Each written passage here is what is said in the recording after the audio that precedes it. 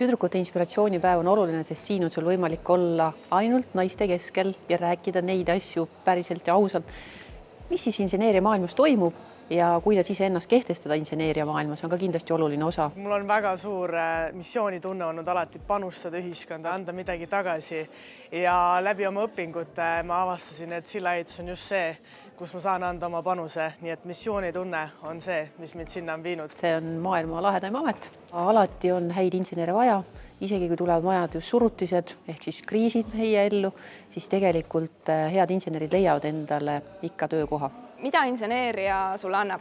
Sa oled tänu sellele oluliselt analüüsivõimelisem, see arendab sinu loogilist mõtlemist, sinu oskust probleeme lahendada ja võib-olla sa ühel hetkel tunned, et see inseneeria ei ole päris sinu valdkond, sa tahad midagi muud teha, siis see igal juhul on loonud sulle väga tugeva baasi, et teha mida iganes. See on eriala, kus ei ole väga palju naisi ja naiste trump antud valdkonnas on see, et naised mõtlevad teistmoodi ja nad suudavad välja mõelda lahendusi, mida võib-olla mehed ei suuda. Naiste see kõrvaline pilk, mida nad suudavad sellesse valdkonda anda, arendab seda valdkonda palju rohkem edasi.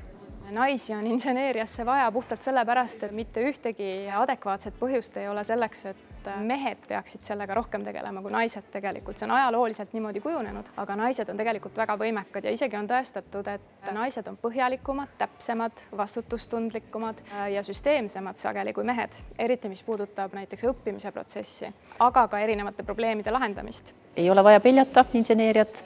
Kui su süda kutsub inseneeria poole, siis mine mööda seda teed.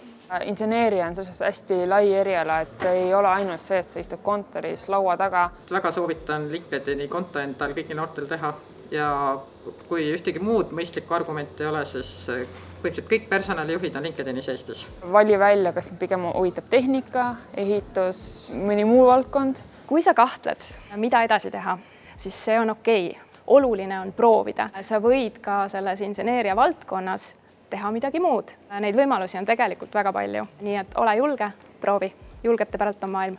Ära karda valikuid teha, ära karda eksida ja tee seda, mida sa kõige rohkem armastad. Et siis sa jõuad kaugele.